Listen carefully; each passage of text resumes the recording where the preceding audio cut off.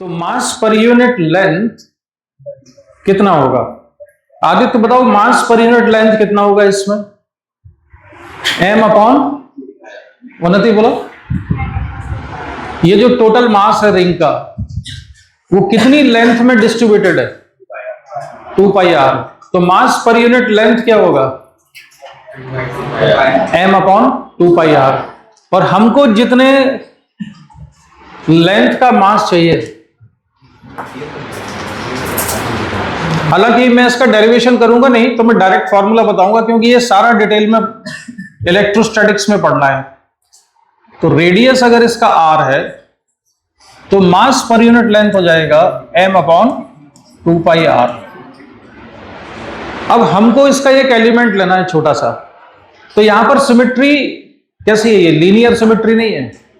हमको कैसा लेना पड़ेगा? एक एलिमेंट लेना पड़ेगा इधर से, ऐसे छोटा सा ये एलिमेंट लेंगे। तो ये एलिमेंट कितना एंगल सबटेंड करता है? ये एलिमेंट की ये एंगल अगर डी थीटा ले लें तो ये कितना आएगा? आर डी थीटा आएगा। अगर मैं इसका साइड व्यू ना लेके ये वाला व्यू बनाता हूं तो हम इसको ऐसा मानते हैं कि ये एंगल थीटा और यहां पर एक छोटा सा एलिमेंट लिया हमने डी थीटा, ठीक है।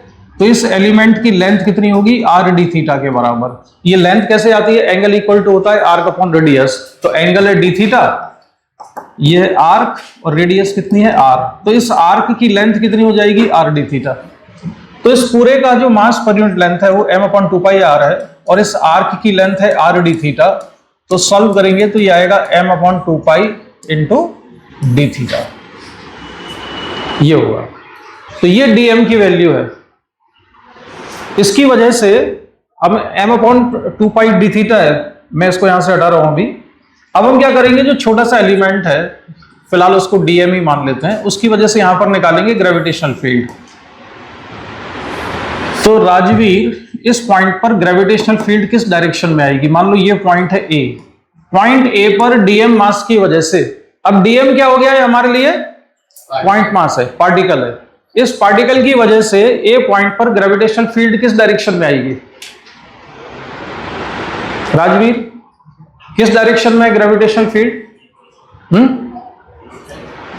हाँ बोलो, यहां से किधर को? आदित्य तुम बताओ, ग्रेविटेशनल फील्ड किस डायरेक्शन में है? मान लो ये पॉइंट है ए, ये मान लेता हूं ओ, ये जो एलिमेंट हमने लिया है ये बी, किधर को होगी ग्रेविटेशनल फील्ड? ए से बी की तरफ, ए से बी होगी। किधर है ग्रेविटेशनल फील्ड? ग्रेविटेशनल, नीलाक्षी इधर देखो, ग्रेविटेशनल फील्ड इस पॉइंट पर निकालना है तो हम एक टेस्ट मास रखेंगे। टेस्ट मास पर फोर्स जिस डायरेक्शन में लगता है वो ग्रेविटेशनल फील्ड की डायरेक्शन होती है। तो टेस्ट मास को ये एलिमेंट क्या करेगा? अपनी तरफ अट्रैक्ट करेगा। तो ए से बी की तरफ ग्रेविटेशनल फील्ड की डायरेक्शन है, तो ग्रेविटेशनल फील्ड की डायरेक्शन है ए से बी। इस ग्रेविटेशनल फील्ड की वैल्यू क्या होगी? डीई लिखता हूं मैं। डीई लिखने का मतलब मेरा यह है कि छोटा सा है ग्रेविटेशनल फील्ड, छोटे से एलिमेंट की वजह से। तो डीई की वैल्यू कितनी होगी? फॉर्मूला कौन सा लगेगा? G m1 m2 by r square. तो जी मास कितना लिखेंगे? अच्छा, फोर्स नहीं, हम फील्ड का फॉर्मूला लिख रहे हैं, सॉरी। तो जीएम बाई आर स्क्वायर होता है, तो जी डीएम बाई ये डिस्टेंस कितनी है? ये रेडियस है आर, और जिस डिस्टेंस पर हम ग्रेविटेशनल फील्ड निकाल रहे हैं वो है एक्स। तो एक्स डिस्टेंस पर ग्रेविटेशनल फील्ड निकालना है तो वहां पर जी डीएम अपॉन क्या लिखेंगे? क्या आएगा? कौन सी डिस्टेंस आएगी वहां पर? गीता, कौन सी डिस्टेंस लिखनी है? वो कितनी है डिस्टेंस? हमको ये डिस्टेंस लिखनी है। डीएम की वजह से ए पॉइंट पर ग्रेविटेशनल फील्ड निकालना है तो हमको बी ए डिस्टेंस चाहिए। तो बी ए डिस्टेंस कितनी है? Under root r square plus x square और इसका होल स्क्वायर। लेकिन हम इसको डायरेक्ट इंटीग्रेट नहीं कर सकते यहां। उसका रीजन ये है कि ये जो ग्रेविटेशनल फील्ड है, ये सारी ग्रेविटेशनल फील्ड सेम डायरेक्शन में नहीं है। ग्रेविटेशनल फील्ड है वेक्टर क्वांटिटी, और वेक्टर को जब ऐड करते हैं तो हम डायरेक्टली उनको सभी को ऐड तब कर सकते हैं जब सभी की डायरेक्शन सेम हो। अगर उनके बीच में एंगल बदल रहा है तो फिर तो हमें रिजल्टेंट वेक्टर का फॉर्मूला लगाना पड़ता है। याद है ना, under root A square plus B square plus 2ab cos theta वाला। तो यहां पर हर एक की डायरेक्शन अलग अलग है। एक एलिमेंट अगर मैं यहां ले लूं dm, तो उस dm एलिमेंट की वजह से ग्रेविटेशनल फील्ड इधर आएगी, तो इसकी इधर है, ये यहां पर है। तो ऐसे जब क्वेश्चन होते हैं, ऐसी जब सिचुएशन आती है जहां पर डायरेक्शन बदल रही हो, तो अगर डायरेक्शन बदल रही हो तो हमें क्या करना चाहिए, हम कंपोनेंट कर लेते हैं। तो इसका कंपोनेंट करेंगे हम, ए किधर आ जाएगा, मान लो इसको मैंने लिखा dEx, ये कंपोनेंट कितना है dEy, इसका जो कंपोनेंट आएगा वो dEx, और ये कितना आएगा dEy। तो अब तुमको अपने कॉमन सेंस से, रीजनिंग से ये समझ सकते हो कि ये वाले सारे कंपोनेंट कैंसिल हो जाएंगे, क्योंकि एक एलिमेंट यहां पर है तो उसके अपोजिट, डायमेट्रिकली अपोजिट पॉइंट पर जो एलिमेंट है उस एलिमेंट का ग्रेविटेशनल फील्ड उसको का एक कंपोनेंट इनको कैंसिल करेगा। कौन से कंपोनेंट कैंसिल होंगे, जो रिंग की एक्सिस के परपेंडिकुलर कंपोनेंट है, और रिंग की एक्सिस के पैरेलल कंपोनेंट है वो सारे ऐड हो जाएंगे। आए समझ में, कौन से कंपोनेंट ऐड हो रहे हैं जो रिंग की एक्सिस के पैरेलल है, परपेंडिकुलर वाले कैंसिल होंगे सारे। तो इसको इंटीग्रेट ऐसे करेंगे हम dE, और इस एंगल को अगर मैं मान लूं कि ये थीटा है तो ये कंपोनेंट आएगा dE cos थीटा, और ये कौन सा कंपोनेंट है dEx, तो dE की वैल्यू लिखेंगे हम g, dm की वैल्यू कितनी थी m/2 into d theta upon r square plus x square into cos theta. अच्छा, अब इसमें ये थीटा और ये थीटा अलग अलग है, तो मैं यहां पर ना सिंप्लिसिटी के लिए क्या कर रखता हूं, अभी इसको, इस वाले एंगल को अगर हमने अल्फा मान लिया तो ये आएगा dE cos alpha. cos alpha की वैल्यू क्या लिख सकते हैं हम, cos अल्फा आ जाएगा बेस अपॉन हाइपोटेन्यूस, बेस कितना है x, और हाइपोटेन्यूस है under root r square plus x square. इसको इंटीग्रेट कर देंगे और आंसर आ जाएगा। तो मैं इंटीग्रेशन अभी कर नहीं रहा हूं, इसमें मैं तुमको डायरेक्ट फार्मूला बताऊंगा। ये सारा हम पढ़ेंगे 12th क्लास में इलेक्ट्रोस्टैटिक्स वाले केस में भी। तो अभी तुम्हारा काम हो जाएगा, तुमको फार्मूला याद रखना है, तो ये नोट करो। ये फार्मूला होता है gmx upon under root r square plus x square की पावर 3/2। ये किस चीज का फार्मूला है, ग्रेविटेशनल फील्ड। कहां पर, on the axis of the ring. किस डायरेक्शन में होगी ये, पैरेलल टू, अरे यार आवाज नहीं आ रही, पैरेलल टू एक्सिस होगी। और डायरेक्शन किधर है, टुवर्ड्स द सेंटर या away from the centre, towards the centre. याद रखना, ये भूलना नहीं, पैरेलल टू एक्सिस है, टुवर्ड्स द सेंटर है, और ये फॉर्मूला है। नोट कर लिया।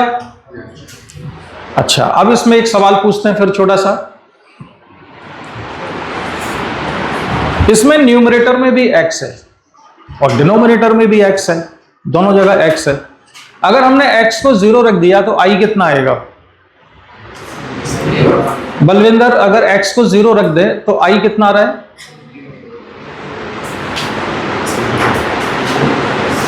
अरे बेटा पेपर पेन उठा के उसकी एक्टिंग मत करो पढ़ने की, उसके लिए पेपर पेन की जरूरत नहीं है। x को 0 रखेंगे तो कितना आएगा, 0 आएगा। इसको 0 रखा, i 0 हो जाएगा, यानी कि सेंटर पर, यहां पर इस पॉइंट पर ग्रेविटेशनल फील्ड कितनी है, 0 है। अगर हम x को इंफिनिटी लिख दें तो कितना आएगा, तो i कितना आएगा, x is equal to infinity रख दें तो ये अनडिफाइंड सा लग रहा है। इस फॉर्मूले को मैं थोड़ा सा चेंज करता हूं, i is equal to gm upon, मैंने यहां से एक्स स्क्वायर कॉमन निकाला है इसमें से, तो एक्स स्क्वायर कॉमन निकालूंगा तो बाहर आएगा क्या। अब ये तुम्हारे लिए बहुत बड़ी समस्या है ये वाला जो मैथमेटिक्स है ना, यहां से बचेगा r square upon x square plus 1, लेकिन बाहर क्या बचेगा, क्या बचेगा यहां पर, एक एक्स चलो ऊपर लिखा रहने दो, वो वाला एक्स, नीचे क्या बचेगा एक्स क्यूब। अगर मैंने इसमें से एक्स स्क्वायर बाहर निकाला तो एक्स स्क्वायर की पावर 3/2 बाहर निकलेगा। एक्स स्क्वायर की पावर 3/2 कितना होगा, एक्स क्यूब, तो ये एक्स क्यूब हो गया। अब मैंने इसको लिखा G M upon x square into 1 plus r square upon x square. ये ऐसा क्यों लिखा है मैंने, ये समझाने के लिए कि अगर मुझे एक्स की वैल्यू इंफिनिटी रखनी है तो वो नॉट डिफाइंड फॉर्म में ना आए। अब ये वैल्यू हम निकाल सकते हैं, क्योंकि अगर हमने इस वाले केस में x को इन्फिनिटी लिखा होता तो ये इन्फिनिटी अपॉन इन्फिनिटी आ जाता। Infinity upon infinity not defined होता है, लेकिन यहां पर हम x को इन्फिनिटी रखेंगे तो आर स्क्वायर अपॉन इन्फिनिटी कितना हो जाएगा, 0। तो 1 + 0 कोई समस्या नहीं है। फिर हमने यहां पर इन्फिनिटी रखा तो ये पूरा कितना हो जाएगा, 0। यानी x = इन्फिनिटी मैंने रखा तो ये I कितना हो गया, 0 हो गया। इसका मतलब ये है कि जो ग्रेविटेशनल फील्ड है वो सेंटर पर कितनी है, 0 है, और इन्फिनिटी पर भी 0 है। अगर ग्रेविटेशनल फील्ड सेंटर पर 0 है और इन्फिनिटी पर भी 0 है तो उसका क्या मतलब हुआ, इसका मतलब ये है कि यहां से लेके इन्फिनिटी तक हर जगह 0 ही है क्या, नहीं है। तो जब भी एक 0 से दूसरे 0 पर अगर तुम पहुंच रहे हो तो इसका मतलब क्या होता है, उसका मतलब है कि बीच में कहीं ना कहीं मैक्सिमम वैल्यू आई होगी।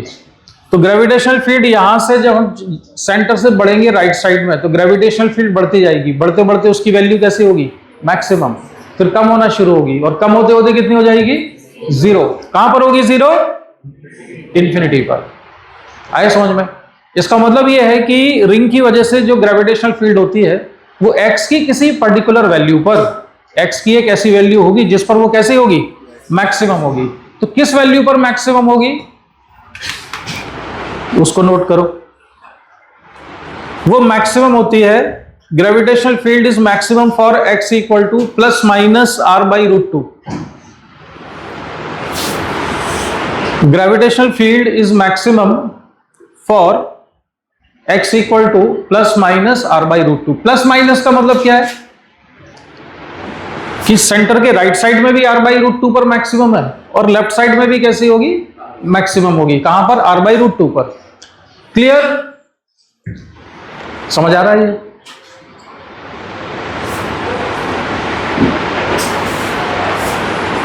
अब अगर हमको ये निकालना हो, किसी ने ये पूछ लिया कि मैक्सिमम होती है r/√2 पर, ये तो ठीक है, लेकिन उसकी मैक्सिमम वैल्यू है क्या, तो क्या करेंगे, हम इस फॉर्मूले में x की वैल्यू कितनी लिख देंगे, r/√2। तो सॉल्व करने पर कितना आएगा, जरा करना सॉल्व कितना आता है। इस फॉर्मूले में ऊपर वाले में x की वैल्यू r/√2 लिखो और बताओ कितना आता है। I की मैक्सिमम वैल्यू कितनी आती है। I किसका सिंबल है यहां पर, ग्रेविटेशनल फील्ड का, ये ग्रेविटेशनल फील्ड का सिंबल है, ठीक है। तो सॉल्व करके बताओ कितना आ रहा है, 4gm/27r²। अच्छा, और देखते हैं बाकी लोग, मुझे लग नहीं रहा ये ठीक किया तुमने। 2gm/3√3r²। चलो और कोई बताओ। आदि तुम्हारा कितना है, शांतनु, बलविंदर, कैलकुलेशन करो।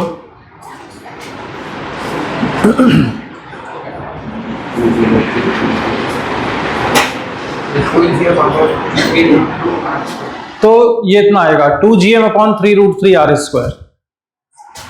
अब्दुल्ला यही आया, ठीक। सुभान कितना है,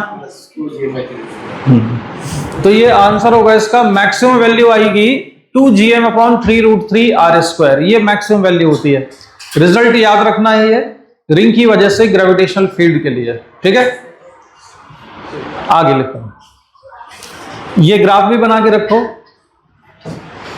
ये यहां देखो इधर, ये ग्राफ क्या बना रहे हैं हम, इंटेंसिटी ऑफ ग्रेविटेशनल फील्ड के लिए अगर हमें ग्राफ प्लॉट करना हुआ तो कैसे बनाएंगे, इस तरह। इस वाले पॉइंट पर ग्रेविटेशनल फील्ड कितनी है, 0। तो ये ग्राफ कहां पर है, 0 पर है। इसके बाद ये धीरे धीरे ग्रेविटेशनल फील्ड बढ़ती जा रही है, बढ़ते बढ़ते यहां पर कैसी हुई, मैक्सिमम। अब इसको हमने नीचे क्यों बनाया है मैक्सिमम को, हमने मान लिया है कि लेफ्ट साइड वाली डायरेक्शन किधर है, नेगेटिव प्लॉट कर रहे हैं, और राइट साइड वाली डायरेक्शन को पॉजिटिव प्लॉट कर रहे हैं। तो यहां पर ग्रेविटेशनल फील्ड किस डायरेक्शन में है? Left side, towards the centre है ना ग्रेविटेशनल फील्ड, तो लेफ्ट साइड होगी। और यहां पर कहां होगी? राइट साइड, तो इसको प्लस लिया है। और कहां पर है ये मैक्सिमम वैल्यू इसकी? अगर रेडियस इसकी ए ले लें तो कहां पर है? a/√2 minus a/√2। ठीक है, तो ये भी बना के रख लो इसको, ये मैक्सिमम वैल्यूज यहां पर आएंगी। और ये यहां पे कहां जाके मिलेगा? ये इंफिनिटी पर 0 हो जाएगी, ये भी इंफिनिटी पे जाके टच करेगा इसको, तो 0 हो जाएगी। नेक्स्ट है हमारे पास gravitational field on the axis of the disc. इसको नोट करो, डिस्क की एक्सिस पर ग्रेविटेशनल फील्ड। जब हम इसका डेरिवेशन करेंगे, अभी नहीं कर रहे हैं, डबल मेहनत क्यों करें, 12th में भी करना है इलेक्ट्रोस्टैटिक्स में। तो जब डेरिवेशन करेंगे तो उसके डेरिवेशन हम क्या मान लेंगे कि डिस्क किससे मिलकर बनी है? बहुत सारी रिंग से मिलकर बनी हुई है। तो हम एक एलिमेंटल रिंग लेंगे और रिंग का जो फॉर्मूला हमने पढ़ा है अभी, उसको यूज करके उसे इंटीग्रेट कर देंगे। तो इसका फॉर्मूला ये होता है, देखो, 2gm/r² into 1 minus x/√x² plus r²। इसमें x की वैल्यू 0 रखने पर कितना आएगा?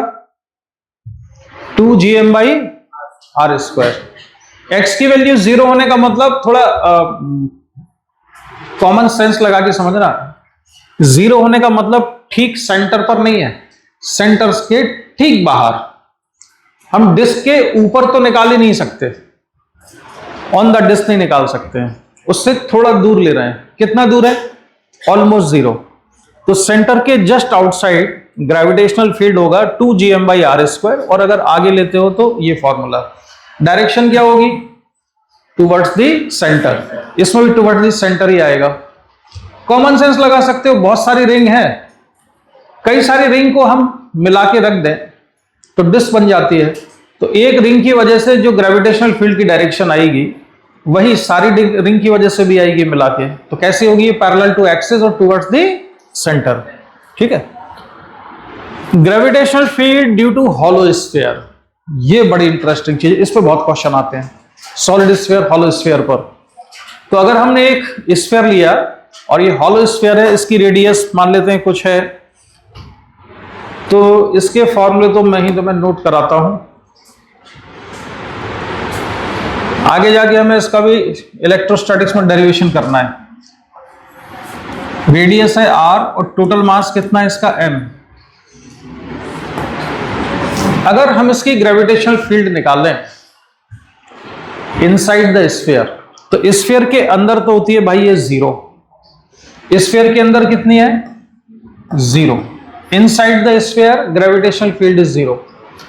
इसके बाहर अगर x डिस्टेंस पर निकालनी है ग्रेविटेशनल फील्ड, तो वो आएगी I is equal to gm/x²। ये कब लगेगा formula? x greater than r equal to r, और I इक्वल टू 0 किसके लिए है? x less than r। Direction कहां होगी इसकी? Towards the centre.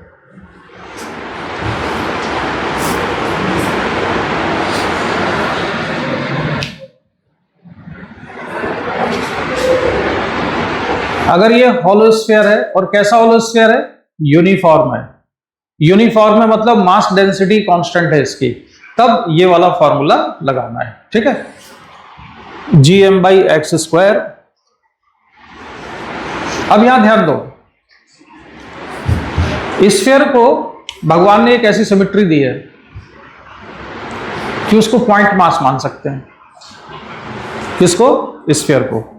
लेकिन पॉइंट मास उसको हम तब मान सकते हैं जब हम ग्रेविटेशनल फील्ड स्फीयर के बाहर निकाल रहे हो। तो स्फीयर के बाहर अगर हमको ग्रेविटेशनल फील्ड निकालना है, तो पूरे स्फीयर को क्या मान लिया हमने? एक पॉइंट मास। और सारा मास कहां पर मान लिया? सेंटर पे।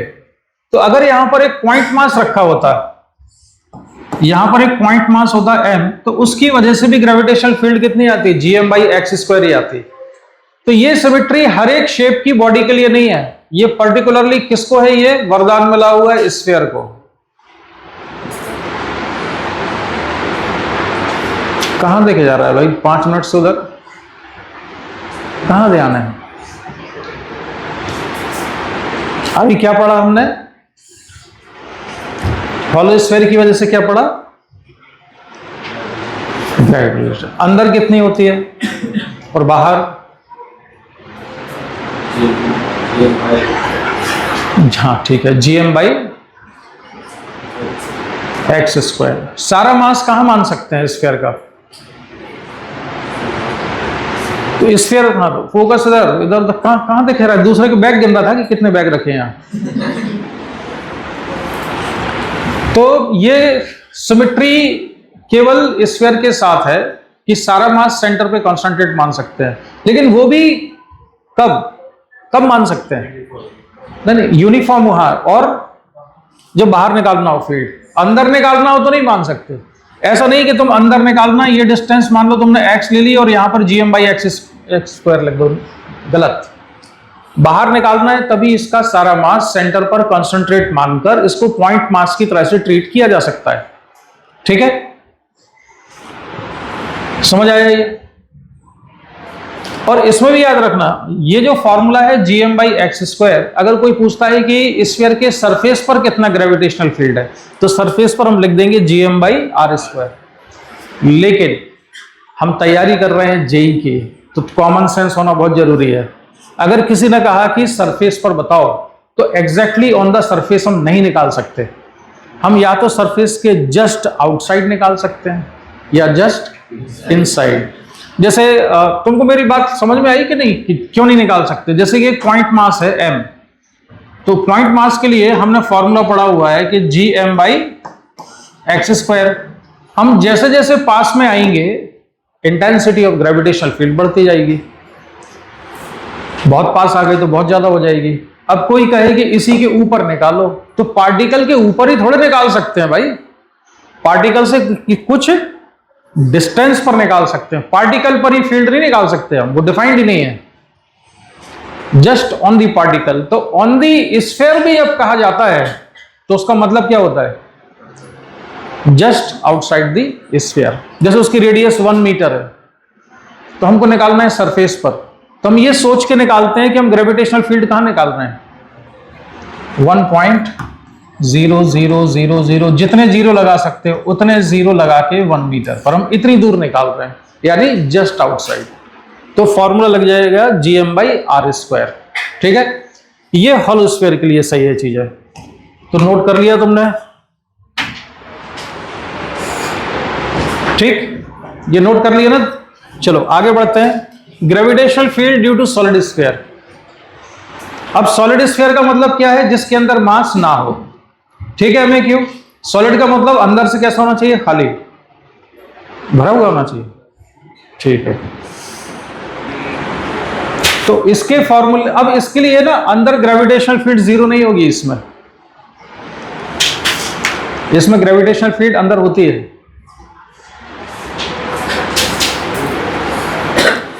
अगर तुम लोग थोड़ा सा दिमाग लगाने तैयार हो तो थोड़ा सा समझाऊं इसमें, कि बस फॉर्मूला लगा के आगे बढ़ो। थोड़ा सा विजुअलाइज करो कि सॉलिड स्फीयर को तुम क्या मान सकते हो? तुम मान नहीं, पार्टिकल नहीं, तुम ये मान सकते हो कि ये कई सारे हॉलो स्फीयर से मिलकर बना हुआ है। एक हॉलो स्फीयर ये सेंटर है, एक हॉलो स्फीयर ये है, एक दूसरा हॉलो स्फीयर ये है, तीसरा ये है। ऐसे कई सारे हॉलो स्फीयर हैं जो एक के ऊपर एक रखे हुए हैं। सबसे बड़े हॉलो स्फीयर के अंदर थोड़ा छोटा वाला फिट है, उसके अंदर उससे छोटा फिट है। तो हॉलो स्फीयर वाला अगर कॉन्सेप्ट लगा दें हम, हॉलो स्फीयर वाला कॉन्सेप्ट लगा दें, तो इसमें हमको थोड़ा आइडिया तो लग ही जाएगा।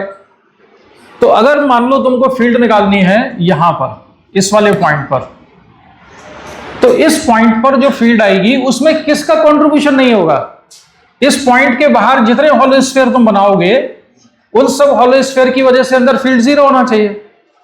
नहीं आया समझ में? जैसे मान लो एक हॉलो स्फीयर, दूसरा हॉलो स्फीयर, तीसरा हॉलो स्फीयर, 3 में समझ लो। तो अगर मुझे इस पॉइंट पर ग्रेविटेशनल फील्ड निकालनी है तो तीनों की वजह से जीरो होगी, क्योंकि ये पॉइंट तीनों के ही अंदर है। नहीं आया समझ में?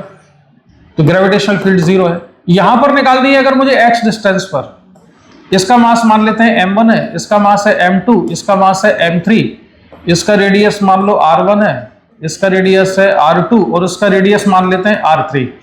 तो x डिस्टेंस पर ग्रेविटेशनल फील्ड में कौन कंट्रीब्यूट करेगा? केवल m1, क्योंकि ये पॉइंट m1 के बाहर है। बाकी दो के तो अंदर है, और हमने पढ़ा कि होलो स्फीयर के अंदर ग्रेविटेशनल फील्ड 0 होती है। तो कितना आएगा इसमें gravitational field? G M by x square, M 1 by x square.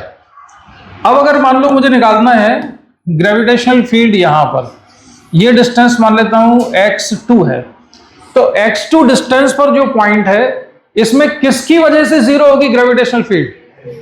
m3 की वजह से, क्योंकि ये पॉइंट m3 के अंदर है लेकिन बाकी दो के तो बाहर है, तो दोनों का कंट्रीब्यूशन आएगा।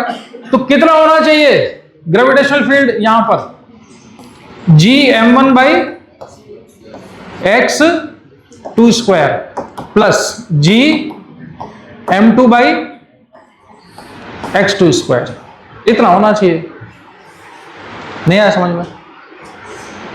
क्या नहीं आया जल्दी बोलो। अब एक चीज और है, जब हम इस पॉइंट पर निकाल रहे हैं तो हम कितने स्फीयर से बाहर हैं? 2 स्फीयर के बाहर हैं। तो अगर हम 2 स्फीयर से बाहर हैं तो दोनों स्फीयर का सारा मास कहां मान सकते हैं? सेंटर पे। तो टोटल मास कितना हो जाएगा सेंटर पर? m1 प्लस m2, और उसको पॉइंट मास की तरह से ट्रीट किया तो तुम डायरेक्टली लिख सकते थे जी m1 plus m2 upon x2 square. आए ना समझ में? तो डायरेक्टली लिख सकते थे फिर तो हम। तो बस ये याद रखना है कि हॉलो स्फीयर के अंदर ग्रेविटेशनल फील्ड 0 होता है, बाहर कितना होता है? gm बाई एक्स स्क्वायर, जिसमें सारा मास हम सेंटर पे कॉन्सेंट्रेट मान सकते हैं। समझ में आ गई ये बात? तो इसमें भी यहां पर अगर हम लिखेंगे ग्रेविटेशनल फील्ड, तो इसके बाहर के जितने भी स्फीयर हैं उन सभी का कंट्रीब्यूशन कितना होना चाहिए? 0। यानी कि स्फीयर, सॉलिड स्फीयर का जो ये वाला हिस्सा है, इस वाले हिस्से का कोई कंट्रीब्यूशन नहीं होगा ग्रेविटेशनल फील्ड में, और कंट्रीब्यूशन होगा किसका? केवल इस वाले हिस्से का, ये जो अंदर वाला हिस्सा है। आए समझ में? चलो ये तो तुमने यार समझ लिया, मुझे बिना गुस्सा दिलाए। Very good. तो अब इसको याद कर लो जरा। ग्रेविटेशनल फील्ड का फॉर्मूला होता है G M x upon r cube for x less than r, जबकि एक्स की वैल्यू कैसी है? आर से कम है। मतलब कहां निकाल रहे हैं ये? Inside the sphere. तो स्फीयर के अंदर ग्रेविटेशनल फील्ड निकालेंगे तो G M x upon r cube है। तो राजवीर, स्फीयर के सेंटर पर कितनी होगी gravitational field? At the centre of the sphere कितनी? उन्नति?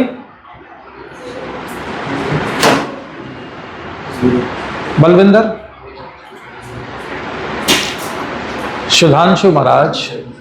कितनी? x को 0 रख दो। तो x को 0 रख देंगे तो फिर बचेगा क्या? gm by r cube. कितनी होगी फील्ड? नहीं फंसा यार, ठीक है 0 ही होगी। तो x को 0 रख देंगे तो ग्रेविटेशनल फील्ड 0 है। और अगर बाहर निकालना है, अगर हम बाहर आ गए स्फीयर के, तब तो वही लॉजिक लग जाएगा कि सारा मास कहां पर मान सकते हैं? सेंटर पर, पॉइंट मास की तरह से ट्रीट कर सकते हैं। तो gm बाई एक्स स्क्वायर। तो अगर हमको बाहर निकालना है, एक मिनट, यहां मैंने एक गलती कर दी है। gm बाई आर स्क्वायर लिखा है, वो आर स्क्वायर ना लिख के तुम्हें क्या लिखना है उसको?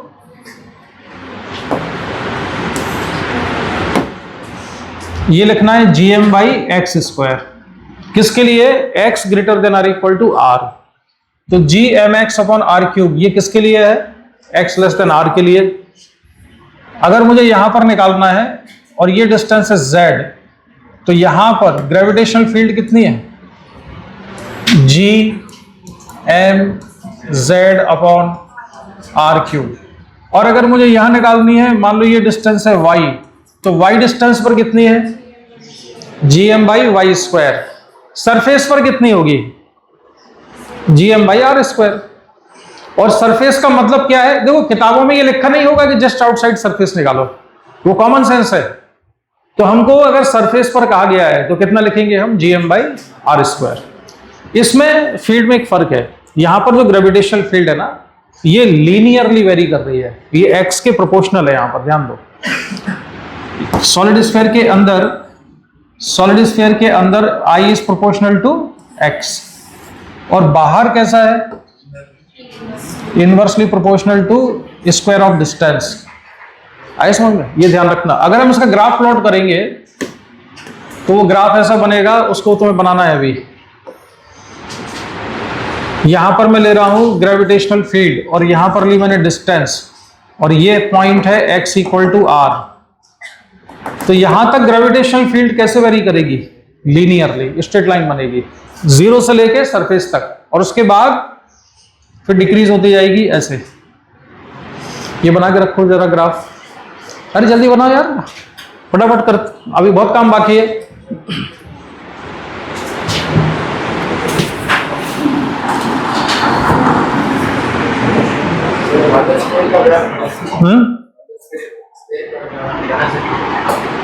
हॉलो स्फीयर का ग्राफ बना सकते हैं या नहीं, ये पूछ रहे हो? नहीं, अभी एप्लीकेशन दी है, जैसे ही सरकार से अपने को अप्रूवल मिल जाएगा तो बना लेंगे। अब क्यों नहीं बना सकते? वो इसलिए नहीं बना रहे हैं क्योंकि उसमें दिमाग लगाने का कुछ है ही नहीं। वो ग्राफ शुरू ही कहां से होगा? शुरू ही यहां से होगा, यहां से यहां तक जीरो रहेगा, बस इतना हिस्सा बनेगा हॉलो स्फीयर के केस में। हॉलो स्फीयर के केस में कितना बनेगा ग्राफ? यहां से स्टार्ट होके यहां तक जाएगा। बनाओ, उसमें किसने मना किया? अच्छा काम है, ग्राफ जितने बना सकते हो उतने बनाओ। ठीक है, चलो आगे बढ़ते हैं हम।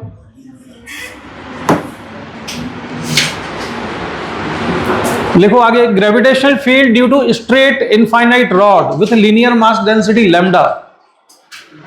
एक इनफाइनाइट रॉड है और उसकी लीनियर मास डेंसिटी कितनी है? लैम्डा। लीनियर मास डेंसिटी मतलब मास पर यूनिट लेंथ। ठीक है, इसका फॉर्मूला ये है, जैसे ये इनफाइनाइट रॉड है तब ये पॉइंट मास तो है नहीं। अगर ये पॉइंट मास नहीं है और हमें ग्रेविटेशनल फील्ड निकालना है तो हम क्या करेंगे? इसके कई सारे छोटे छोटे टुकड़े कर देंगे। तो मान लो एक टुकड़ा यहां किया, उसकी वजह से ग्रेविटेशनल फील्ड की डायरेक्शन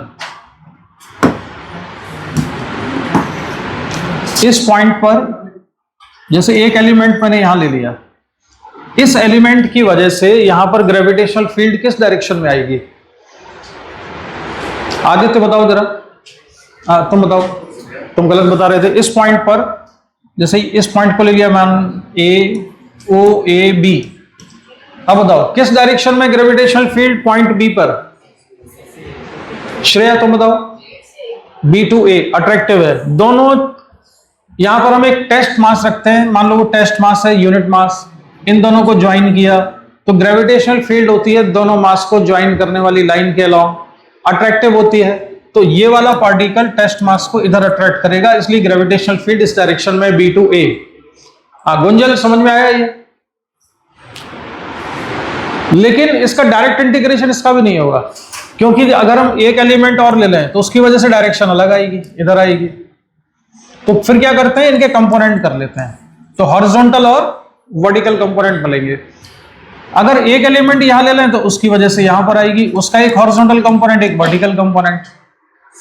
सारे वर्टिकल कंपोनेंट कैंसिल हो जाएं ये जरूरी नहीं है, ये केवल तब कैंसिल होंगे या तो रॉड इनफाइनाइट हो, या तो रॉड इनफाइनाइट हो, या हमने जो पॉइंट लिया है वो कैसा हो? सिमेट्रिक हो।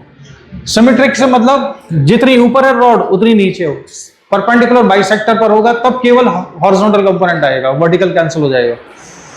ठीक है, हॉरिजॉन्टल कब बचेगा? हमेशा ही बचेगा। वर्टिकल कब बचेगा? जब ये परपेंडिकुलर बाइसेक्टर पर ना हो। अगर मान लो ये वाला पॉइंट इधर है, अब मैं देखता हूं कि तुम लोग कितना दिमाग लगा पाते हो। अगर मैंने पॉइंट बी को यहां लिया तो ग्रेविटेशनल फील्ड का वर्टिकल कंपोनेंट जीरो नहीं होगा, ये तो पक्का है। लेकिन वो किधर होगा? नीचे होगा कि ऊपर होगा?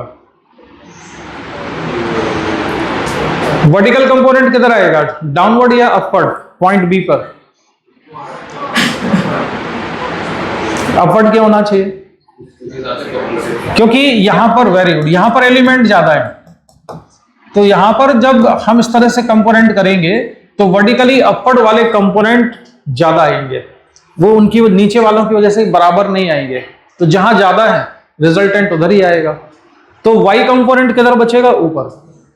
और अगर परपेंडिकुलर बाइसेक्टर पर लिया, एमएक्यू, अगर ये परपेंडिकुलर बाइसेक्टर पर पॉइंट बी, तो ग्रेविटेशनल फील्ड किस डायरेक्शन में आएगी पॉइंट बी पर? हॉरिजॉन्टल या वर्टिकल? वर्टिकल आएगा कि नहीं? नहीं आएगा, पक्का। क्यों नहीं आएगा वर्टिकल? क्योंकि ये परपेंडिकुलर बाइसेक्टर पर है। इसलिए वर्टिकल कंपोनेंट कैंसिल हो जाएंगे। समझ लिया कि रट्टा मार लिया? ठीक है, तो अब इसमें बताओ, मान लो कि एक और रॉड ले लेते हैं हम, ये वाली, ये परपेंडिकुलर बाइसेक्टर पर है पॉइंट बी, तो इसमें हॉरिजॉन्टल कंपोनेंट आएगा कि नहीं आएगा? कौन सा आएगा? वर्टिकल आएगा। किस डायरेक्शन में आएगा वर्टिकल कंपोनेंट? डाउनवर्ड। और अगर रॉड को हमने ऐसा ले लिया तो हॉरिजॉन्टल आएगा कि वर्टिकल आएगा? दोनों ही आएंगे। हमने परपेंडिकुलर बाइसेक्टर पर अगर पॉइंट लिया है तो ग्रेविटेशनल फील्ड इधर होगी, तो हमको याद ये रखना है कि फील्ड की डायरेक्शन किधर को रहेगी? रॉड की लेंथ के perpendicular, towards the rod, rod की तरफ लेंथ की परपेंडिकुलर। अगर हमने पॉइंट कैसा लिया है? On the perpendicular bisector. चलो, तो अब इतना डिस्कशन सफिशिएंट है, तुम डायरेक्ट फॉर्मूला लिख लो अब इसका। ये इनफाइनाइट रॉड के लिए एप्लीकेबल, केवल याद रखना, इनफाइनाइट रॉड के लिए 2g lambda by r. Finite rod का मैं लिखवा नहीं रहा हूं, आगे कोई क्वेश्चन में जरूरत पड़ेगी तो वहीं बताऊंगा। फाइनाइट रॉड के लिए हमें दोनों कंपोनेंट लिखने पड़ेंगे। तो 2g लैम्डा बाई आर, इसमें लैम्डा क्या है? मास पर यूनिट लेंथ है इसका। वैसे इस इनफाइनाइट रॉड का मास पर यूनिट लेंथ तो लैम्डा है, लेकिन टोटल मास कितना होगा? कितना होगा टोटल मास? इनफाइनाइट ही होगा। जब रॉड इनफाइनाइट है तो उसका मास ही इनफाइनाइट हो जाएगा। ठीक है, तो ये तो हम अभी तक बात कर रहे थे ग्रेविटेशनल फील्ड की।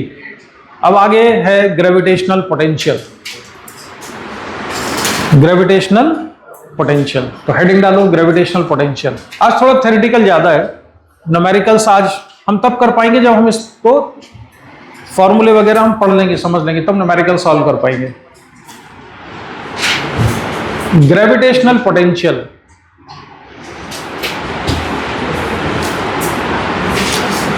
तो डेफिनेशन ये लिखो। ये डेफिनेशन तुम्हें बुक्स में नहीं मिलेगी, बुक्स वाली डेफिनेशन बताता हूं तुमको अभी। डेफिनेशन ये, negative of work done by gravitational field in bringing unit mass from infinity to a point is equal to gravitational potential at that point. मैंने तुमको वर्क पावर एनर्जी वाले चैप्टर में एक डेफिनेशन बताई थी कि पोटेंशियल एनर्जी की definition क्या होती है, तो कोई बता सकता है?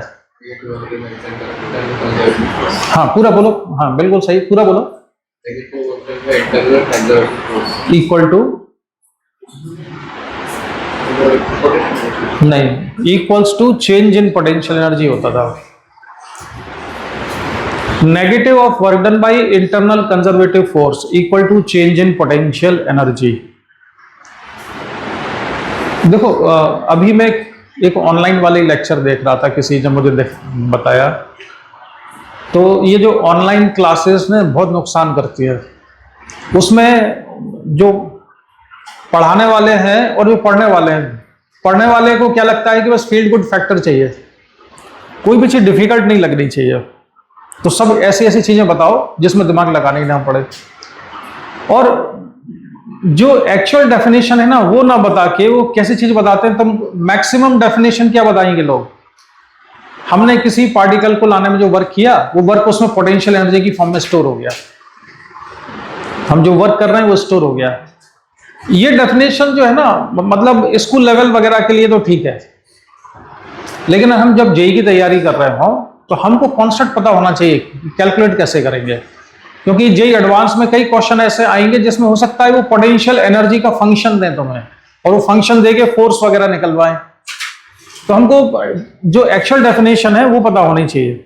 अब मैं तुम्हें इसका मीनिंग समझाऊं जरा। देखो, negative of work done by gravitational field, तो ये ग्रेविटेशनल फील्ड का नेगेटिव वर्क है पोटेंशियल एनर्जी, लेकिन कौन सा वर्क किस काम में किया गया? ये वर्क, इस वर्क किस लिए किया गया? Work in bringing unit mass from infinity to a point. एक यूनिट मास को इंफिनिटी से किसी पॉइंट तक लाए। कहां से लेके आए? इंफिनिटी से किसी पॉइंट तक लेके आए। तो ग्रेविटेशनल फील्ड ने जो वर्क किया, उस वर्क का नेगेटिव वर्क जो हम करेंगे, उस वर्क को नेगेटिव करेंगे। ग्रेविटेशनल फील्ड ने जो वर्क किया उस वर्क का नेगेटिव किसके बराबर है? Gravitational potential at that point. पहले तो ग्रेविटेशनल फील्ड का वर्क निकालना है और फिर उस वर्क का नेगेटिव, वो किसके बराबर होगा? Gravitational potential. ये एक्चुअल डेफिनेशन है। तुमको जो बुक्स वगैरह में डेफिनेशन लिखी हुई मिलेगी, इसको भी लिख लो, कोई पूछे तो ये भी बता देना। Work done by external agent in bringing a point mass from infinity to a point is equal to potential at that point. Same नहीं है, अलग है। इसमें नेगेटिव वर्ड का यूज नहीं हुआ, इसमें work done by external agent का यूज हुआ। अब ये दोनों डेफिनेशन आपस में सेम क्वांटिटी को कैलकुलेट करती हैं, तो सेम कैसे आएगा उसको मैं तुम्हें समझाता हूं जरा।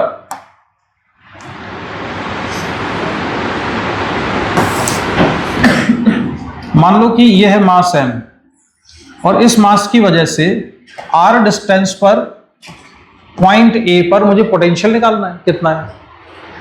इस मास की वजह से a डिस्टेंस पर क्या निकालना है हमको? पोटेंशियल। ग्रेविटेशनल फील्ड कितनी होती है यहां पर? ग्रेविटेशनल फील्ड कितनी होगी a डिस्टेंस पर? gm/r²। भूलते मत जाना, याद रखना gm। अब हम क्या करेंगे? इंफिनिटी से यूनिट मास को लेके आएंगे। तो यूनिट मास को मैंने यहां पर रखा, 1 kg मान लिया इसको। तो यूनिट मास पर जो ये वाला मास फोर्स लगाएगा वो किस डायरेक्शन में लगाएगा? किधर फोर्स लगेगा? शांतनु, फोर्स किधर लगेगा? Left side. अट्रैक्टिव फोर्स लगेगा ना, तो लेफ्ट साइड। तो इसे लाने की जरूरत ही नहीं है, आ तो अपने आप ही जाएगा। ये इसको हम छोड़ दें, अपने आप अट्रैक्ट होकर जाएगा। लेकिन जब भी हम डेफिनेशन देते हैं कि इसको हम इन्फिनिटी से किसी पार्टिकल को लेके आ रहे हैं, तो उसका मतलब ये होता है कि इसको हम कैसे लाएंगे? कांस्टेंट स्पीड से। स्पीड चेंज नहीं होनी चाहिए, काइनेटिक एनर्जी चेंज नहीं होनी चाहिए। अगर स्पीड चेंज नहीं हो रही है तो काइनेटिक एनर्जी भी चेंज नहीं होगी, ये कंडीशन है। अगर स्पीड चेंज नहीं हो रही है पार्टिकल की, वेलोसिटी भी कांस्टेंट है उसकी, तो नेट फोर्स कितना होना चाहिए? 0। तो ग्रेविटेशनल फोर्स कहां लगेगा?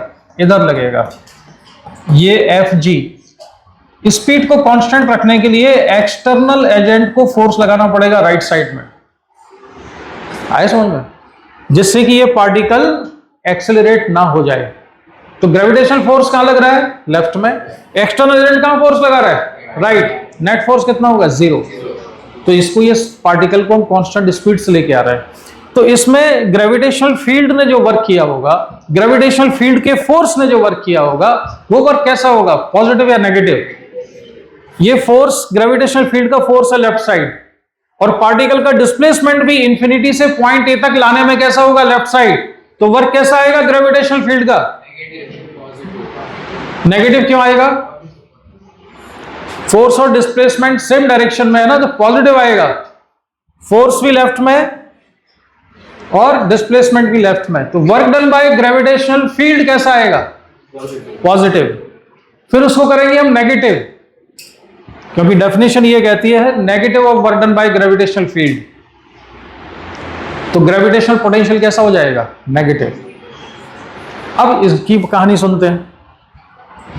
अगर हमको इससे नहीं निकालना है, एक्सटर्नल एजेंट से निकालना है, तो एक्सटर्नल एजेंट का फोर्स है राइट साइड और डिस्प्लेसमेंट होगा लेफ्ट साइड, तो इसका वर्क कैसा आएगा? नेगेटिव। और इसी वर्क को किसके बराबर रख देंगे हम? पोटेंशियल के बराबर। तो आएगा दोनों से ही सेम। इससे पॉजिटिव वर्क आएगा, उसका नेगेटिव करेंगे तो नेगेटिव पोटेंशियल आ गया। इसके केस में वर्क कैसा आएगा? नेगेटिव, और उसी वर्क को पोटेंशियल के बराबर कह देंगे हम। नहीं आया समझ में? नहीं आया समझ में? तो एक ही डेफिनेशन है, लेकिन तब भी कॉन्सेप्चुअली ये ज्यादा सही है, क्योंकि पोटेंशियल डिफाइन किया जाता है कंजर्वेटिव फोर्स के लिए। ग्रेविटेशनल फील्ड का जो फोर्स है, या जो ग्रेविटेशनल फोर्स है, वो होता है कंजर्वेटिव बाय नेचर। तो पोटेंशियल उसी के लिए डिफाइन किया जाता है। एक्सटर्नल एजेंट ने जो फोर्स लगाया वो कंजर्वेटिव है कि नहीं, उसका हमें कुछ पता नहीं है। तो 100% एक्यूरेट डेफिनेशन तो यही वाली है। बात समझ में आई है? चलो, तो अगर समझ में आ गया है तो आगे बढ़ते हैं। तो ये डेफिनेशन लिख ली तुमने। अब ये जो डेफिनेशन है, इस डेफिनेशन में पार्टिकल को इंफिनिटी से ही क्यों ला रहे हैं? पास से ही ले आए। इतनी तकलीफ क्यों कर रहे हैं कि इंफिनिटी से लाएं यूनिट मास को? उसका रीजन ये है कि ग्रेविटेशनल पोटेंशियल इंफिनिटी पर कितना मानते हैं हम? 0 मानते हैं। उसका रेफरेंस लेवल पोटेंशियल का कहां पर 0 है? इंफिनिटी पर। रेफरेंस लेवल कहां पर है? इंफिनिटी। लेकिन जरूरी नहीं है कि आप रेफरेंस लेवल इंफिनिटी पर ही लो। हम जो फॉर्मूले आज पढ़ेंगे या डेरिवेशन करेंगे, वो फॉर्मूले में इंफिनिटी पर पोटेंशियल कितना लिया गया है? 0। तो in the above definition, potential at infinity is taken as 0. Reference level of potential can be taken at any point. आगे का पॉइंट बहुत इंपॉर्टेंट है, इसको नोट करो सारी चीजें। ये change of reference level will change potential at all points, but potential difference will remain same. ये बहुत इंटरेस्टिंग चीज है। सभी को समझ में आई कि नहीं? सबसे आखिरी वाली लाइन,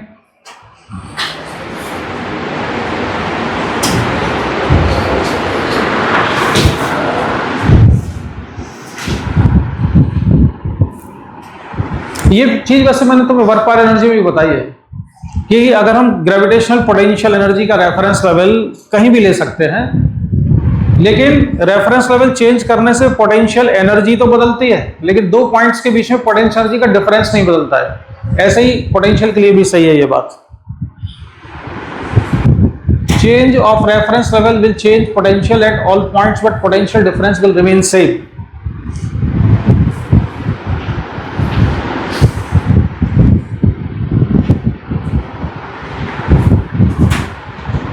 यार टायर लेके आने वाला था कोई, बलविंदर? कौन ला रहा था? MAQ सिद्धि।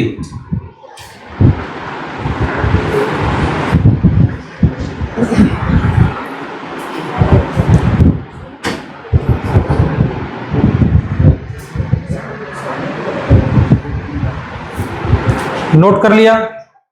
MAQ कंप्लीट हो गया?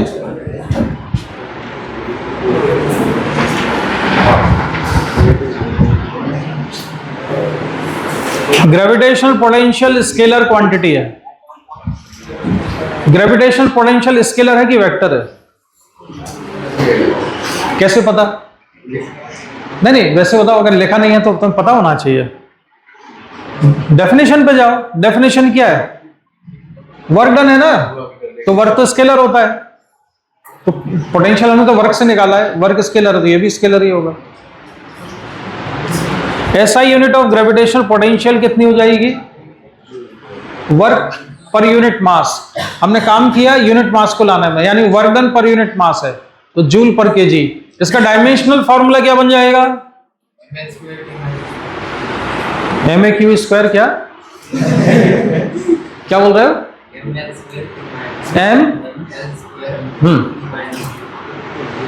M की पावर कितनी है? 1। दोबारा करो।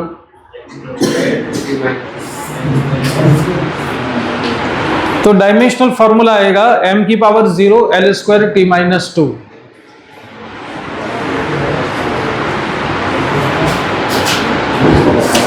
आगे लिखो, relation between gravitational field and gravitational potential. ये integration dV equal to -E.dr।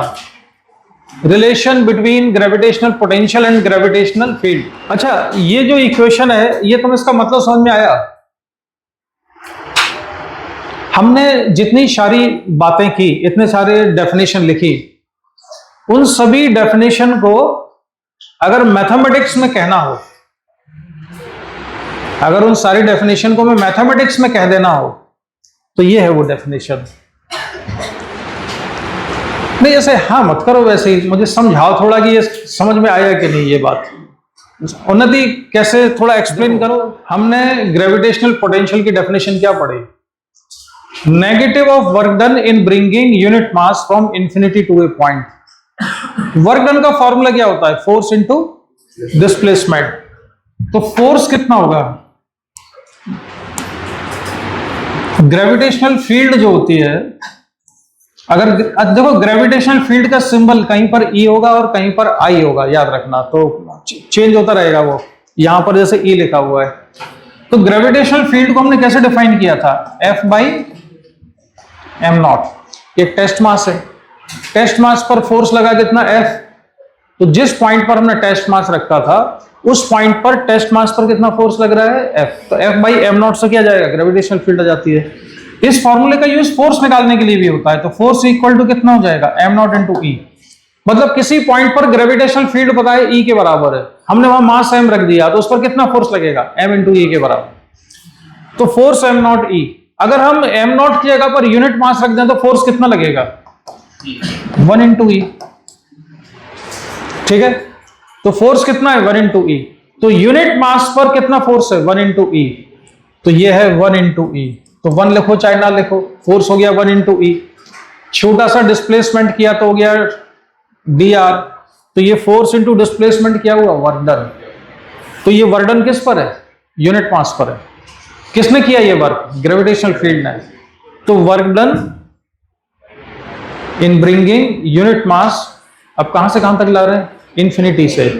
तो इंफिनिटी से ला रहे हैं, तो इंफिनिटी टू, मान लो हम x डिस्टेंस तक ले आते हैं इसको, और उस वर्क डन को कैसा करना है, नेगेटिव।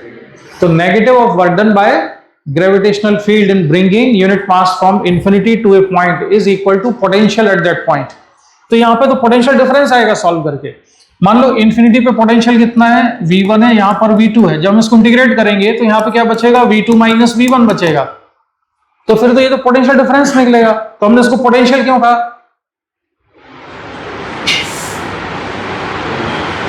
इसलिए कहा कि इंफिनिटी पर जो पोटेंशियल है v1 उसकी वैल्यू कितनी है, 0। तो v2 माइनस 0। तो हमने जो पूरे 10-15 मिनट तक, 20 मिनट तक जो बातचीत की, इतने सारे शब्द बोले, उन सभी शब्दों को इस छोटी सी फॉर्मूले की फॉर्म में मैथमेटिक्स से कन्वर्ट किया जा सकता है। Integration dv equal to minus E dot d are.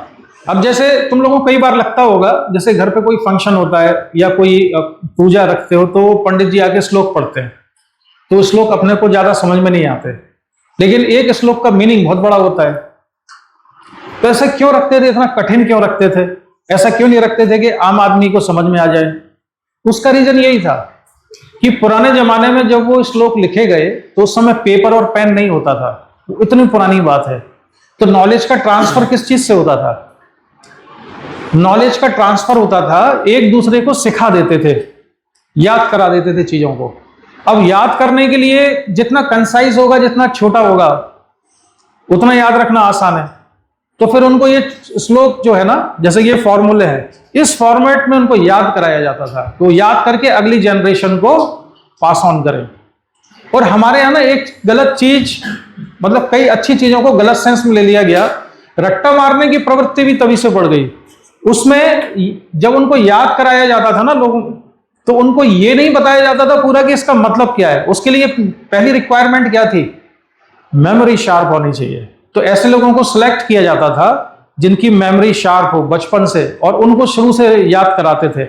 और सारा का सारा जो नॉलेज था, जो वेद पुराणों का, वो श्लोक की फॉर्म में उनको ट्रांसफर कर देते थे। फिर वो बड़े होके दूसरों को ट्रांसफर करते थे। पेपर पेन तो उस समय डिस्कवर हुआ नहीं था, तो नॉलेज का ऐसे ट्रांसफर होता रहता था। ये तब की चीज है। तो ध्यान दो, हमने अभी 20-25 मिनट में जो कुछ बोला वो सारा का सारा इतना है। तो अगर किसी ने श्लोक में इतनी चीज बता दी कि ये होता है पोटेंशियल, तो जब तक कोई हमें 20-25 मिनट समझाएगा नहीं, हमको समझ में नहीं आएगा कि इसका मतलब क्या हुआ। जैसे हमने अभी तो उल्टा काम किया ना, अभी तो हमने क्या, सारी कुछ उसके बारे में बात कर ली और फिर एक श्लोक लिख दिया।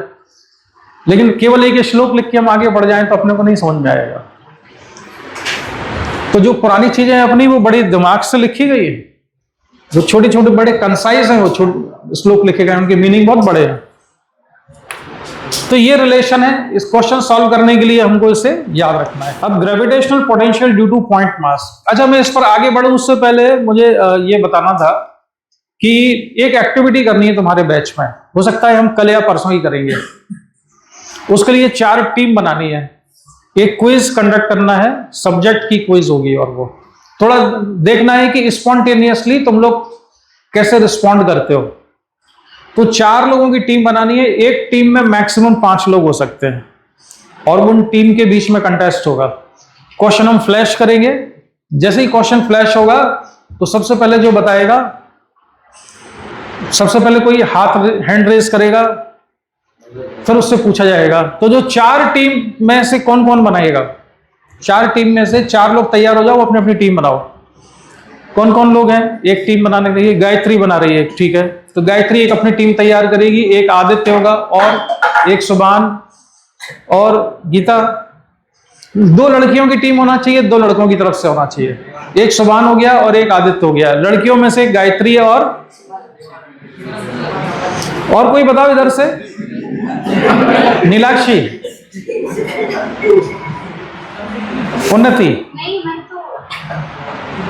कोई बताओ। गीता को ले लो एक, है ना, गीता अपनी टीम तैयार करेगी। एक गीता और एक गायत्री, ये इनके दोनों के नाम के पहले अक्षर सेम हो गए। अब वो अपनी टीम में शामिल कर लेना उसको। वो तो आज तबीयत खराब थी तो वो चली गई ना। तो तुम लोग जो है तैयार करना। हम देखो उसमें पूछेंगे क्या, लगता है डिस्चार्ज हो गया आज। तो हम उसमें जो भी हमने अभी तक पढ़ा हुआ है, जैसे कि रोटेशन के क्वेश्चन है, बहुत लंबे लंबे क्वेश्चन नहीं होंगे। क्वेश्चन को हम जस्ट फ्लैश करेंगे इस पर, तुम्हें तुरंत आंसर देना होगा, हैंड रेस करना होगा, ठीक है। तो एक एक्टिविटी करना है, हो सकता है वो मैथमेटिक्स की भी हो, फिजिक्स की भी हो सकती है, या कंबाइंड भी हो सकती है। तो कल भी हो सकती है, आज भी करते। थोड़ा टीम तैयार करके इसके नाम कब तक दे दोगे मेरे को?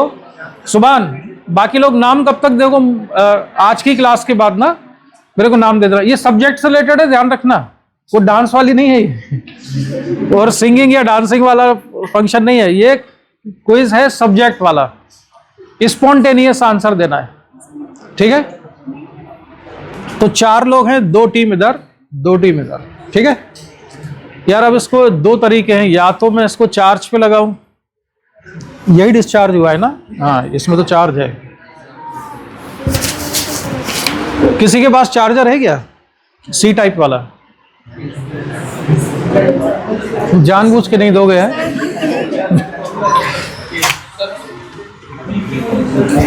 देना है तो उठना। बॉयज वर्सेस गर्ल्स ऐसा है या कंबाइन भी हो सकता है? क्या चीज? तो बॉयज गर्ल्स एक ग्रुप में रह सकते हैं? नहीं नहीं, अलग अलग बनाओ, थोड़ा कंपटीशन रहेगा।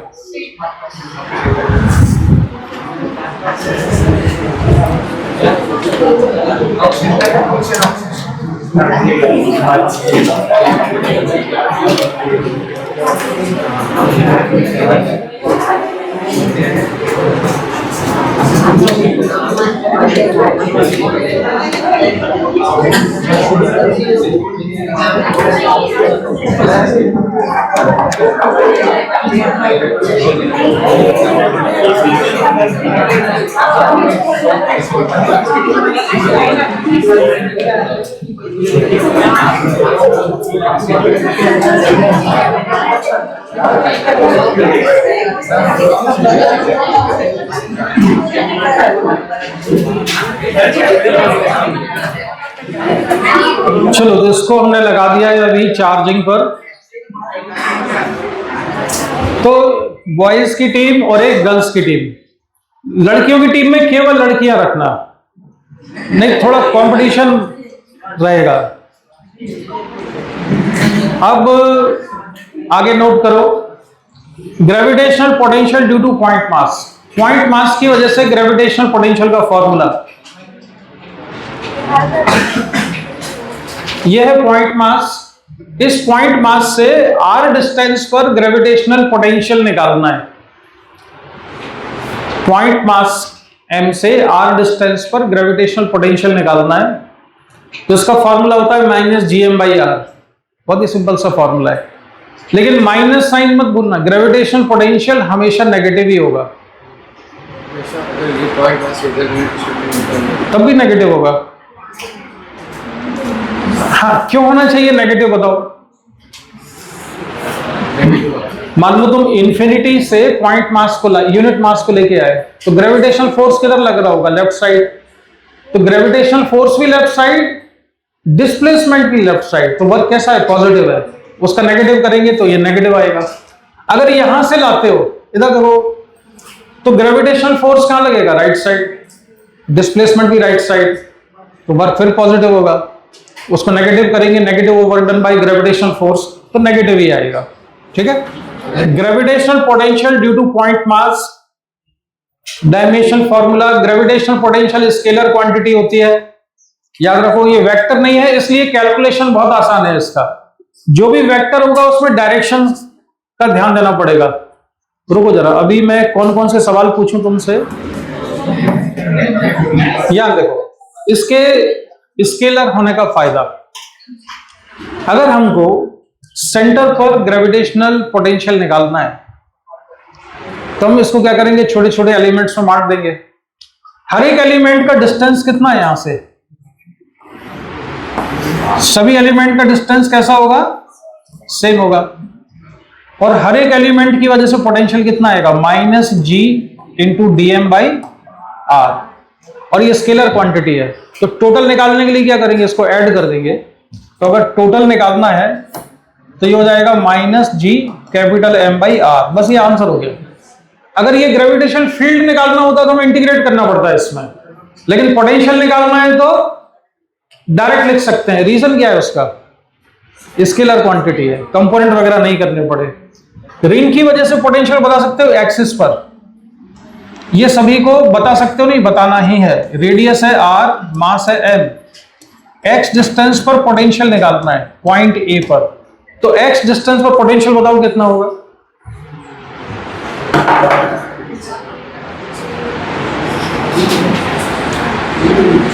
अब्दुल्ला, पोटेंशियल कितना हो जाएगा? पॉइंट A पर पोटेंशियल कितना हो जाएगा? अरे बोलना है यार, कितना होगा?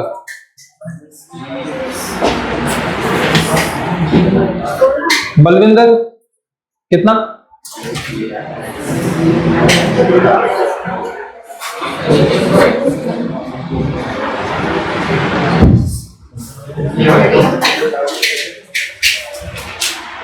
शांतनु,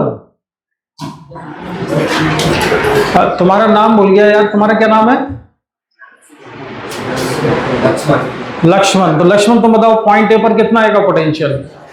हाँ, एक एलिमेंट अगर हमने ले लिया यहां पर, तो उस एलिमेंट की डिस्टेंस कितनी है? √, तो √r² + x², ये डिस्टेंस है। तो हर एक एलिमेंट सेम डिस्टेंस पर है, पूरा मास सेम डिस्टेंस पर है, तो एक ही बार में लिख सकते हैं -gm/r² + x² √। हो गया आंसर ये।